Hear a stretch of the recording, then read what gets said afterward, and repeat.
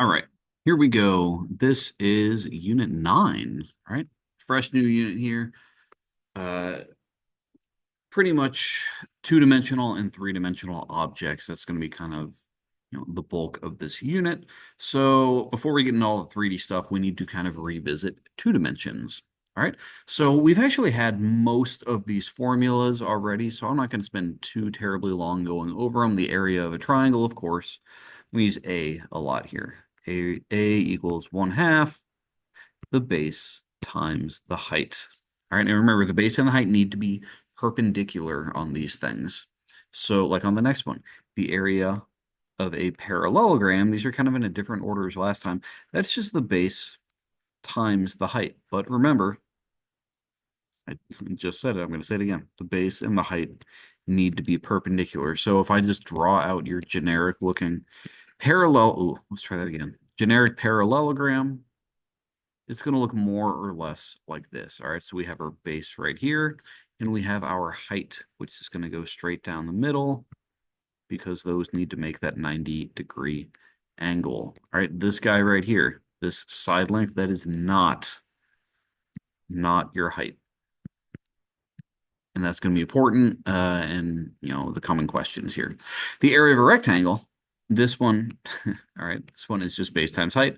We don't have to worry about this one because the definition of a rectangle is it has four 90-degree angles, all right? So the base and the height in a rectangle will always be perpendicular. All right, I'm going to skip the circle for now. I'm going to go back up to a rhombus. A rhombus, if you remember, a rhombus is just a parallelogram, right? So the area of a rhombus is also equal to the base times the height. Base and height, again, need to be perpendicular. And then there was another one we had. It focused on the diagonals. We said it was the first diagonal times the second diagonal. So D1 times D2 divided by 2. All right. The area of a trapezoid, depending on what class you were in, I derived this for some of us, but I don't think I did for every class. So the area of a trapezoid is 1/2. What we have to do is we have to add the bases together, base 1 plus base 2, all right, and then multiply it by the height. So if we wanted to draw that one out, so if we think about what a trapezoid looks like, more or less like this. We have our base 1 on top, or base 2 on bottom. B1 and B2 are interchangeable. It does not matter where you put them. All right, and then the height still had to be that perpendicular distance. All right, it had to be perpendicular to both, the top and the bottom bases. So we could say there's a couple ways to write this one. I think last unit I wrote it like this: B1 plus B2 divided by 2. Put that whole thing in parentheses and then multiply it by H. All right, I think what I just wrote on the previous page was 1/2. Then you add the bases together, and then you multiply it by the height. Okay, these are the same thing. Does not matter which one you choose. I kind of like the one on the other page more, but that's okay. The area of a square. Well, the area of a square, that's the easiest one. That's the base times the height. We know that the base and the height are perpendicular in a square, but we know the base and the height are equal in a square. So another way that we could say this one is I could just say, hey, the area of a square is just a side length. All right, so maybe I'll just write out side. All right, and then I'm just going to square it. All right, so you could say the base squared, the height squared, a side length squared. There's a lot of ways to write that one. All right, now the area of a circle. Here's kind of the new one here. The area of a circle. Some of you might know this one. This is actually equal to pi. All right, so we're going to be using that a lot. Pi is 3.14, and a little bit more. 3.14159. I don't know what it is. 314 is going to be good enough for this. So it is pi times the radius squared. All right. And then the way I kind of think about that one is if you want to draw out a square. All right. And then I'm going to draw a circle, a perfect circle on the inside of this square. Right. So here is my radius. All right. Here's my radius. Here is my radius as well. All right. So if I wanted to think about this, the whole thing would be 2 radius, and this would be 2 radius, right? So the area of that outermost square, all right, that is just going to be 2r times 2r, which is equal to 4r squared. All right, but that's too big, right? We have all this area, around on the outside. So 4r squared, that's too big for the area of a circle, right? So if you want to think about pi, it's just a little bit less than 4, and that's going to get us this inside part here. Pi is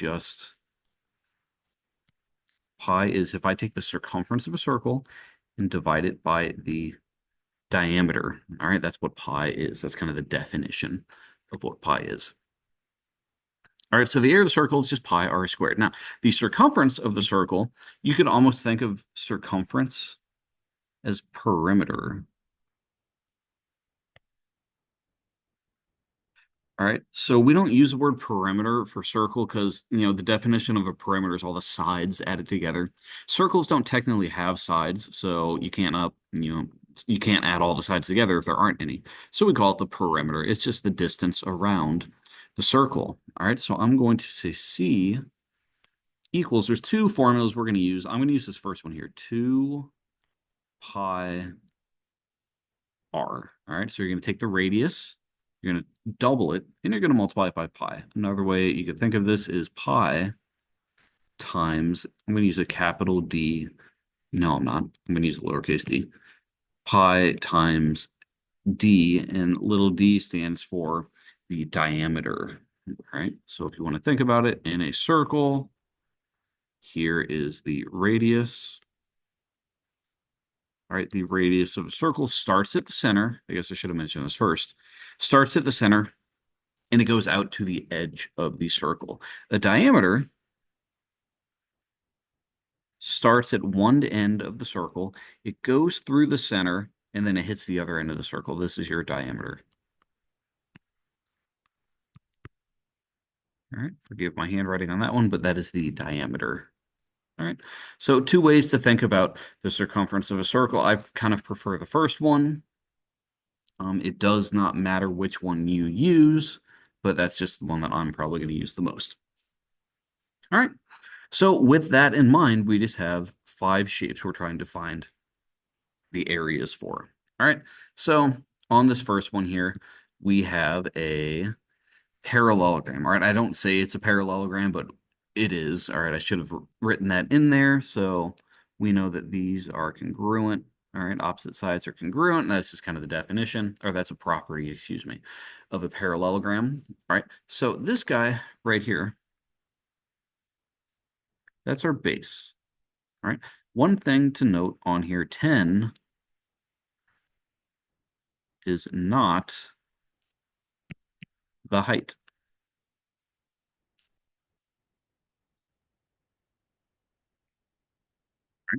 I know it's not the height because look at that angle. It's 60 degrees. I don't want a 60-degree angle. It needs to be 90 in order for this to work. So what we have to do is we have to figure out what the height is. All right, so this guy right here is our height. So what I'm going to do is I'm going to make a triangle. All right, and if we look at this triangle here, there's kind of 2 ways that we could go about doing this. All right, I have a 60-degree angle. I have a 10. I dropped a perpendicular, so that's 90 degrees. And we could call this H, or in this case, X, Y, Z, whatever you want to call it, but that is the height, so we'll leave it as an H. Now, let's go back to this. This is 2 units ago. S-O-H, C-A-H, T-O-A. All right, you're SOHCAHTOA. So hopefully you guys remember that. A little bit of trig is going to be involved in this one. All right, so let's just think about which 2 parts of the triangle we have. H is our opposite. 10 is our hypotenuse. Which one goes to the opposite and the hypotenuse? That, of course, is going to be our sine function. So we can say the sine of 60 degrees equals the opposite over the hypotenuse. So let's go ahead and multiply both sides by 10 now. All right, so we're going to have 10 times the sine of 60 equals h. All right, and then let's throw that in our calculator. No one knows what sine of 60 is in their head, so we're going to need our calculator for this. So sine times, or 10 times the sine of 60. And before I press enter, I want to make sure I am in degree mode, which I am. If I'm in radian, we haven't gotten there yet. If I'm in radian, that's going to give us a different answer. So let's just make sure we are in degrees here. So 10 times the sine of 60 is going to equal 8.66.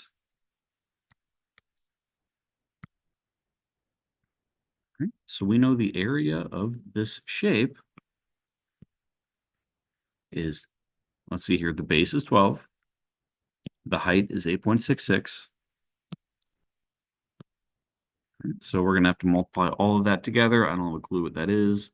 12 times 8.66. I'm going to do this. I'm just going to bring down the whole thing. That gives us about 103.92.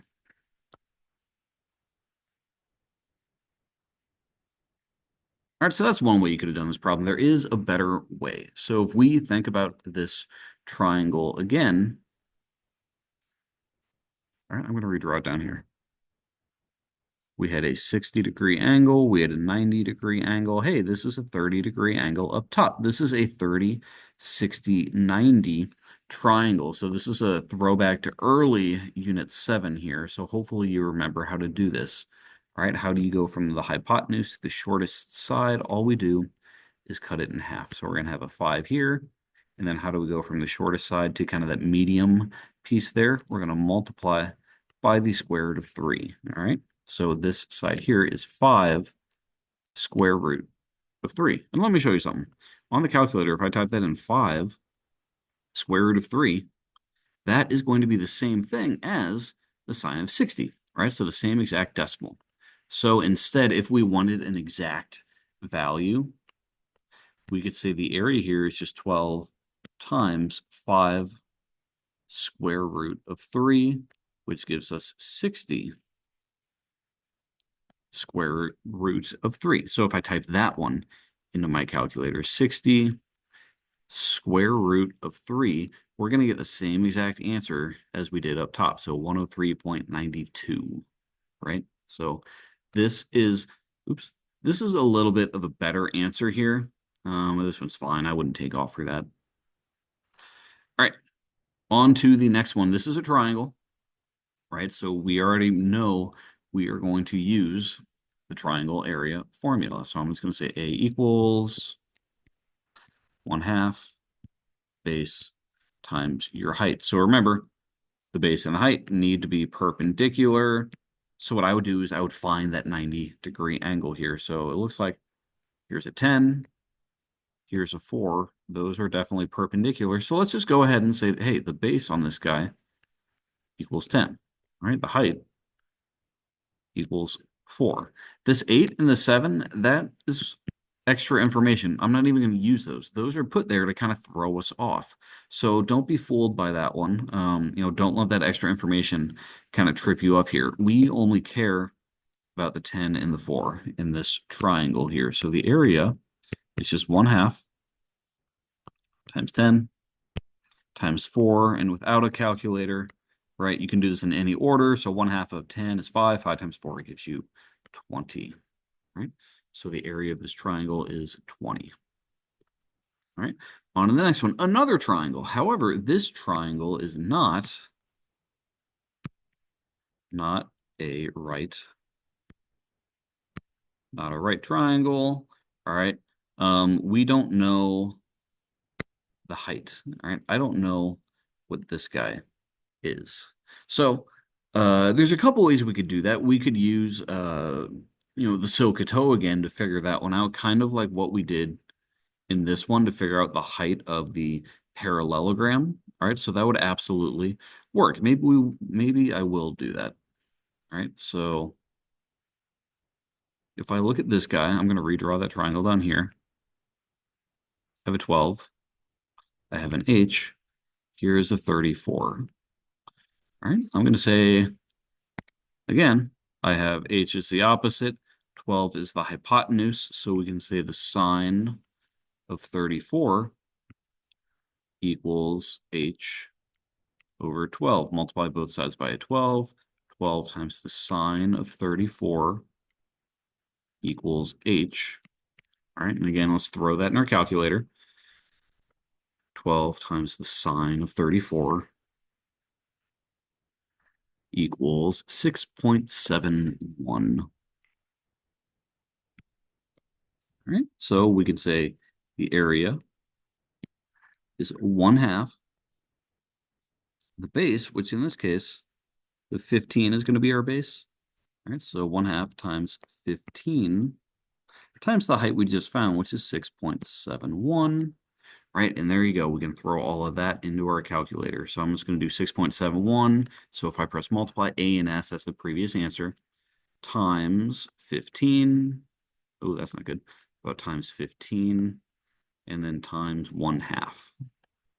All right, so I'm going a little out of order, but it's all being multiplied together, so that's fine. And we're going to get 50.33. All right. So that's the hard way to do that problem. Let me show you the easy way, right? If I never show you the hard way, you never appreciate the easy way. We have a formula. So this is an SAS triangle. And we kind of talked about, it was towards the end of Unit 7. I think it was 7.7, 7.8. I don't remember. It was the area of oblique triangles, right? Oblique triangles is just a non-right triangle. The area of an oblique triangle was equal to 1/2 A times B times the sine of the angle between those two sides. We're going to call that C. All right, so A and B are the two side lengths, so I'm going to say 1/2 times 12 times 15 times the sine of 34. All right, so 12 times the sine of 34. And if you kind of think about it, look here. 12 times the sine of 34. There's my 12. There's my sine of 34. Here's the 1/2, right? So it all kind of ties together here. So this is kind of the shortcut if you wanted to think about it. So if you remember the formula, great. But conceptually, that's kind of what's going on. I'm pretty much, this formula here incorporates all of what we did down in the purple. All right, so if you remember that formula, that's awesome. If not, you're going to have to remember your trig. So we have 1/2 times 12 times 15 times the sine of 34. All right, and we should get the same exact answer as before, which we did. All right, so which one is better? I don't know. The red one is a little bit faster. If you want to go the orange route, that's fine as well. All right, moving right along, we have a trapezoid. And I know this is a trapezoid because look, I got two right angles here. That means that these two lines are parallel because these angles right here are both 90. So those are same side interior angles of parallel lines. All right, so they're supplementary, so those lines must be parallel. All right, so since it's a trapezoid, I know I have to have two bases. All right, so I'll call the bottom one base 1 and the top one base 2. Again, does not matter. All right, but I need to figure out the height. All right, I do not know the height on this guy. So guess what? We're going to have to figure it out. The height right here, all right, the height right here is going to be the same exact height as the height right here. All right, and that gives me a little bit something to work with. So if I look at this piece right here, all right, this has a length of 11.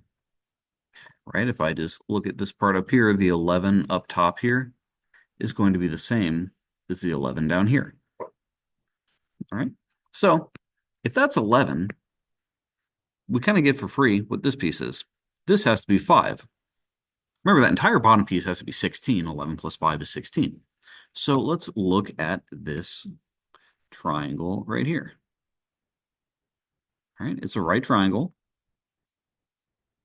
So if I draw this off to the side, I got a 5. I have a 13. Here is my H. All right, no trig required for this one. Here's a formula that we're going to use all the time. We've been using it all the time. This shows up pretty much in every application of math that we have. All right, so let's just plug in what we know. We got A, we got B. The hypotenuse always has to be C. All right, so we can say H squared plus 5 squared equals 13 squared. All right, so H squared plus 25 equals 169. All right, therefore H squared, subtract the 25 over, we're going to be left with 144. And the last thing we do here, square root both sides, and you're going to have H equals 12. All right, so we know H is 12. The area formula of a trapezoid is equal to base 1 plus base 2 divided by 2. Then you multiply it by your height. All right, so plugging everything in, this is going to equal B1, we said was 16. B2 is 11. All right, cut all of that in half and then divide it by 2. Then we're going to multiply it by 12. All right, so let's see here. Let's see if we can do this without a calculator. This is 16 plus 11. That's going to be a 27 on top. The 2 is going to cancel out with the 12, kind of, and it's going to leave us with a 6. All right. Let's see here. This is, here you go. This is kind of how I do it in my head. All right, 27 is just 20 plus 7 times 6. If I distribute that in, I get 120 plus 42, which equals 162. All right, so the area on this one is 162. All right, and that one's done. All right, let's see here. Another trapezoid. All right, so this is an isosceles trapezoid. I know it's an isosceles trapezoid because the two non-parallel sides, the legs, are congruent. So I got an 8 over here. Let's see here. This guy right here is a 10. So these two pieces need to be, let's see here, 3. So I know that's true. So I kind of, it was pretty hand wavy. What I used is I used hypotenuse leg here. All right. So if I look at this guy, here's my height. All right. And again, the height is going to be the same on both of these. All right. So those two legs are congruent. We know the hypotenuses are congruent. We have a 90-degree angle down here. All right. So those two triangles are congruent. And since the triangles are congruent, those bottom pieces have to both be equal. Well, we have 6 left over after we subtract away the 10, so just chop it in half. There's where that 3 came from. All right, so let's figure out what the height is. You have an 8, you have a 3, here's another h. All right, so again, here's another case of the Pythagorean theorem. I know h squared plus 3 squared equals 8 squared. All right, so h squared plus 9 gives us 64. H squared equals 64 minus 9. That should give us, I think that's going to be 55. All right, so h equals the square root of 55. All right, and that's fine. Leave it just like that. All right, not a big deal. All right, so I got B1 is 10. B2 equals 16. We just found the height. We said the height was the square root of 55.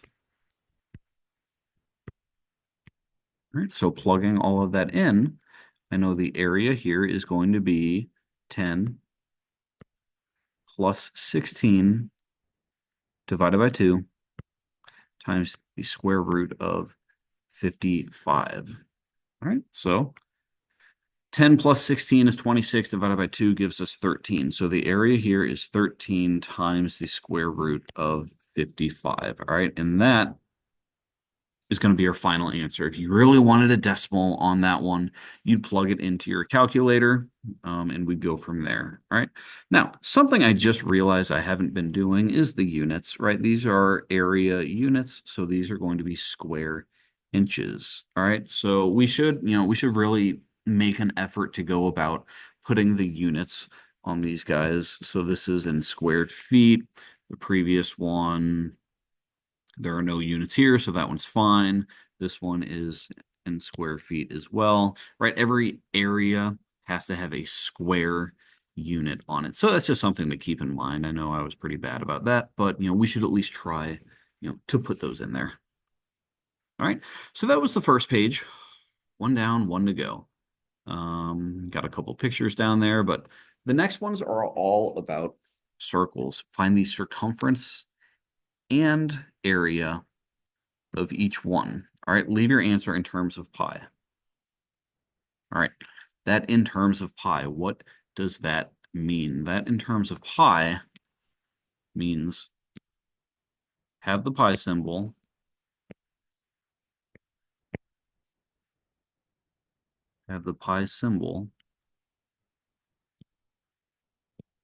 in your final answer.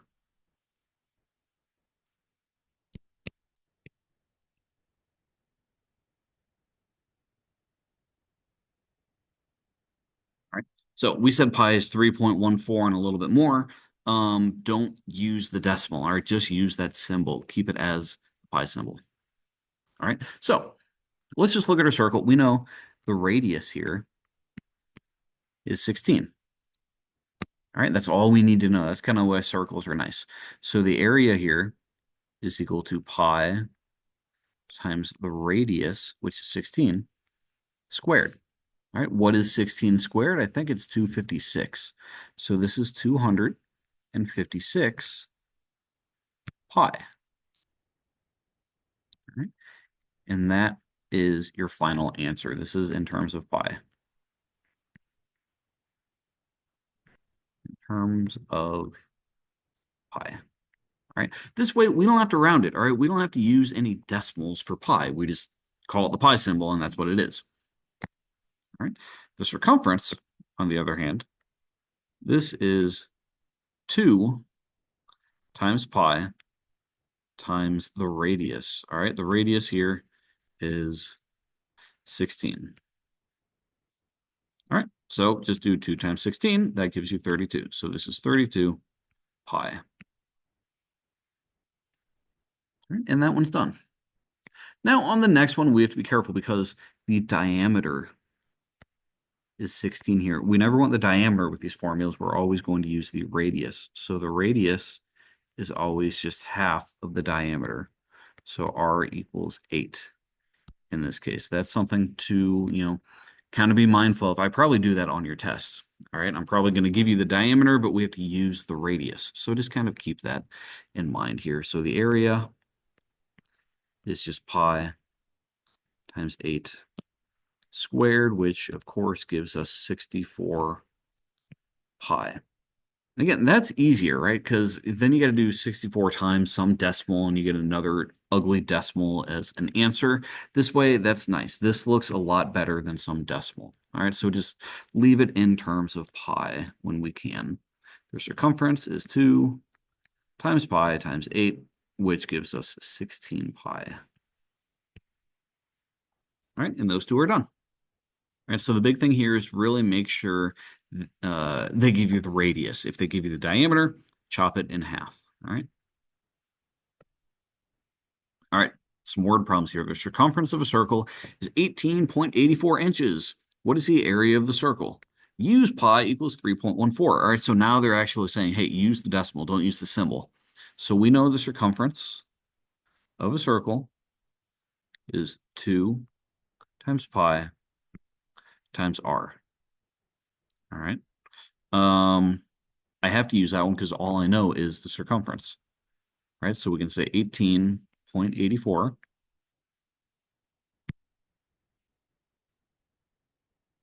equals 2 times pi times r. And actually, I don't want to use pi, right? I want to use 3.14.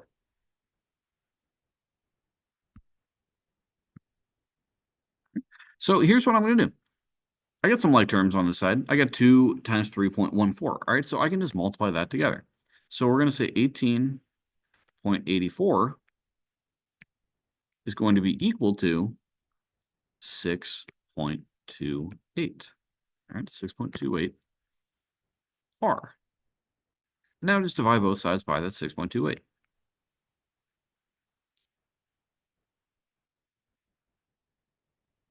So we know that the radius here is going to equal 3, all right? So 18.84 divided by 6.28, I'm pretty sure is 3. Let's double check.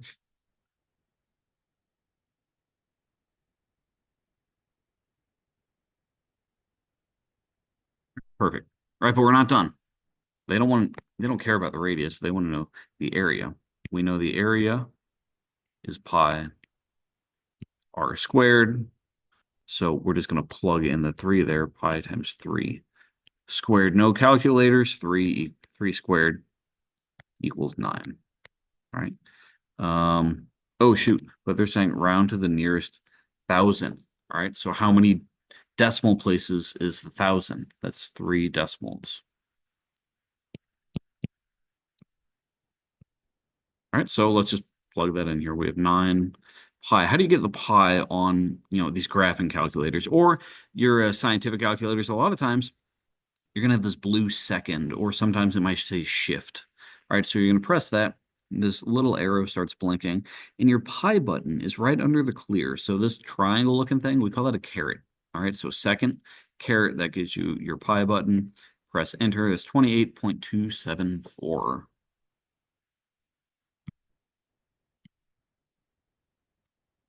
right, and that one's done.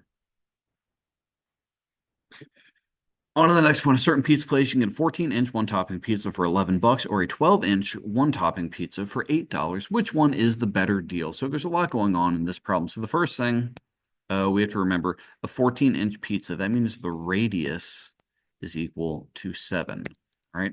The 12-inch pizza, that means the radius is equal to 6. All right, which one is the better deal?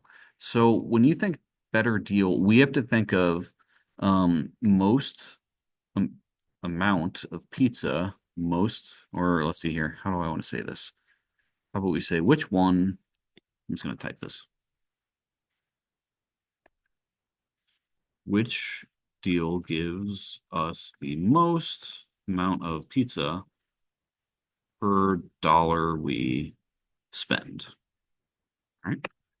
So when you think of amount of pizza or amount of anything, this you could think of as your area. All right. So I'm going to do the area formula twice here. So I'm going to say the area of the 14-inch pizza is pi times 7 squared, which is going to give us 49 pi square inches of pizza. All right. Now, if I look at the other one, if I look at this, when I get the 12-inch pizza, this is going to be pi times 6 squared inches of pizza, which of course is 36 pi square inches. All right. So it's pretty easy to see that the 14-inch pizza gives you a lot more area. So if you look at them, we get about you get 13 square inches more pizza for the 14-inch one. But now what we have to do is we have to compare it to the price. All right, so I'm going to do 49 pi divided by $11, right? The 14-inch pizza cost $11. So if I divide that, let's see what that gives us. 49 pi, so let's use the pi button here. 49 pi divided by 11. So if I do that, that's 13.99. That 13.99, if you guys are in chemistry, then you know that you think about units. The units on this is 13.99 square inches of pizza per dollar that we spend. All right, whereas on the next one, we have 36 pi divided by, well, what's the price of the 12-inch pizza? That is $8. All right, so when we type this one in, 36 pi divided by 8, that gives us 14.14 square inches of pizza per dollar that we spend. All right, so which one is the better deal? We want more pizza per dollar. All right, so this one gives us more pizza. So we can conclude 12-inch pizza is the better deal here. All right. So next time you say, when are we ever going to use this? All right, just think this comes to mind. All right. Yes, I actually have done this before. All right. So that is a legitimate use for, all this math stuff here. All right. Let's see, a trapezoid with a base of 7. So we'll say B1 equals 7. B1 equals 7. Ooh, we got a height. The height of 3. We have an area. The area is 36. We need to figure out the second base. All right, so we know the area of trapezoid is B1 plus B2 divided by 2 times your height. Let's plug in everything we know. All right, I know the area for this one. So instead of saying A, let's say 36. 36 equals 7 plus, well, I don't know what B2 is, so we'll leave that as a variable. All right, B2 divided by 2, and then times, what are we multiplying by? We're multiplying by 3. All right, so there are several ways to go about this problem. So here's what I'm going to do first. I don't like having the fractions there, so I'm going to multiply both sides by a 2. All right, when I multiply both sides by a 2, those 2's on the right side cancel, right? You got a 2 in the denominator. You got a 2 on the outside. Those cancel. So what we're left with is 72 equals, I still have this 7 plus B2. I'm going to put that in parentheses, right? Because that whole fraction was being multiplied by 3, so the entire top side would have needed to have been multiplied by 3. All right, but now I have this 3 on the outside. I'm going to divide both sides by a 3, right? I don't want to distribute that 3, and I don't need to. All right, but what we're going to have here, 72 divided by 3, I'm pretty sure is 24. We have 24 equals 7 plus B2. All right, and the very last thing I'm going to do is subtract away the 7. So we can say, all right, B2 equals 24 minus 7 should give us 17. And there we have it, right? So we're kind of working backwards on a problem like this. So I think it's a good idea. You guys do this a lot in science class, right? Identify what you know, definitely identify what you don't know. See what formulas you have that are going to relate everything on the left side there. Plug in what you know, and then sometimes do a little bit of algebra to solve for it here. All right, and that's how we do that problem. All right, I think I just got 2 more here. So find the area of the figure. I'm going to do this one twice because I can. Right? Just because I want to show you guys that there are multiple ways to do these things. So I don't want you to, get wrapped up in, the correct way to do it. I just want to show you multiple ways. So the area of this figure, we got a kind of strange shape going on here. So what I'm going to do is I'm going to take it and I'm going to split it up into multiple pieces. All right, so this piece, this shape right here is technically, it's a pentagon. It's got five sides. But what I can do is I can split it up. All right, and I can figure out the remaining pieces. I know this entire thing has a length of 10. All right, well, since I'm already using 6 inches right here, then the remaining 4 have to go right here. All right, similarly, I know that this piece right here is 10 inches, right? I'm just dragging this over. All right, so this guy up top here has to be 6 inches. All right, so we have a triangle and we have a rectangle. All right, or is it a square? I don't know. I'll let you guys figure that one out. So the area of the triangle is going to be equal to 1/2 the base, which is 4, times the height, which gives us 6. All right, no calculators. All right, half of 4 is 2. 2 times 6 gives you 12. All right, now I can figure out the area of the rectangle square. All right, so I'm going to say area of this piece, that's just 10 times 10. All right, that's easy enough. 10 times 10 is 100. All right, so I'm going to say the area, I'll put a little subscript as total. All right, the total area is just going to be equal to, just add them together. All right, let's not overcomplicate it.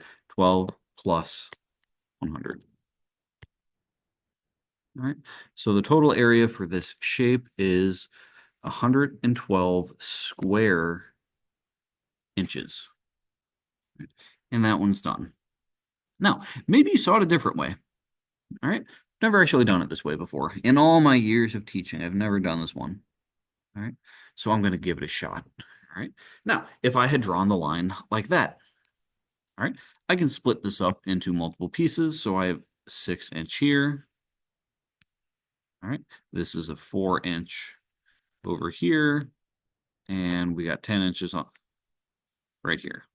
All right, so let's think about what two shapes do I have? All right, this right here. What is this guy? That's going to be a trapezoid. All right, so the area on this one, the area is going to be 1/2 times the two bases. I have a 16-inch base. The other base is 10. And then the height on this guy is going to be 4. So notice how on every picture that we've had of a trapezoid before, let me kind of go back to one, right? The base are always on the top and bottom. That doesn't have to be, always true, right? It just has to be, the two that are parallel, right? So they could be going, on the left and the right side like this. The two parallel sides are going to be your bases. The one that's perpendicular to those two bases has to be your height. All right, so that's kind of what's going on in this problem here. So let's see if we can do this without a calculator. 10 plus 16, that's 26. Divide that by 3. 26 divided by, divided by 2. That is going to be 24. No. Hang on. 16 plus 10 is 26. Divide that as 13. 13 times, what am I doing here? What is 13 times 4? I am using a calculator. I admit defeat. 0.5. Let's see, that's 16 plus 10. All right, times 4. That gives us a 52. All right, so that's just the area of just this trapezoid. Now let's find the area of the other one, of this guy right here. All right, that's a rectangle. So we'll say the area of the rectangle equals just 10 times 6, which equals 60. All right, and then what do we do with those two? We add them together. So we know the area, the total area equals 112, which is the same exact thing we got the other way. All right, so it just goes to show there are multiple ways of doing this problem. All right, and then I got one more. So let's see, shaded figure. This outside piece right here, I should have put this in here. This is a rectangle. All right, we can't do this problem unless we know that this is a rectangle. All right, so that means all 4 of these corners are 90 degrees. All right, so that means we have 4 congruent triangles. All right, by the side angle side theorem, we know that those 4 triangles are congruent. Now, I only want the shaded region. So what I'm going to do is I'm going to find the area of all 4 of these triangles, and I'm going to subtract it from the area of the rectangle. All right, so let's focus on the triangles first. We have 4 congruent triangles. All right, the area of a triangle is just 1/2 times 4 times 3. All right, half of 4 is 2. 2 times 3 gives you 6. All right. So 4 triangles means the triangles have a combined area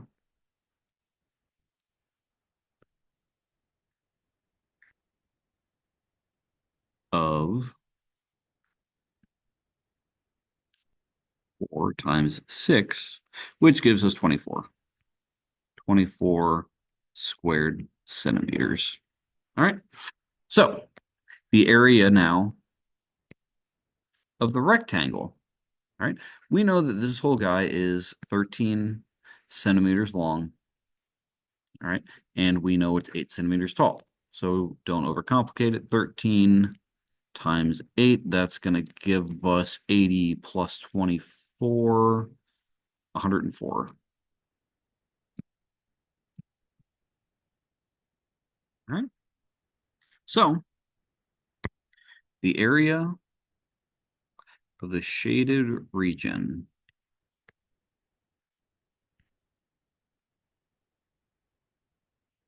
So we have to be careful. On the previous problem, we added those two smaller areas together. On this one, we are subtracting them because we are taking out those corners. I do not want those triangles as part of my final answer. So I'm going to subtract away that 24.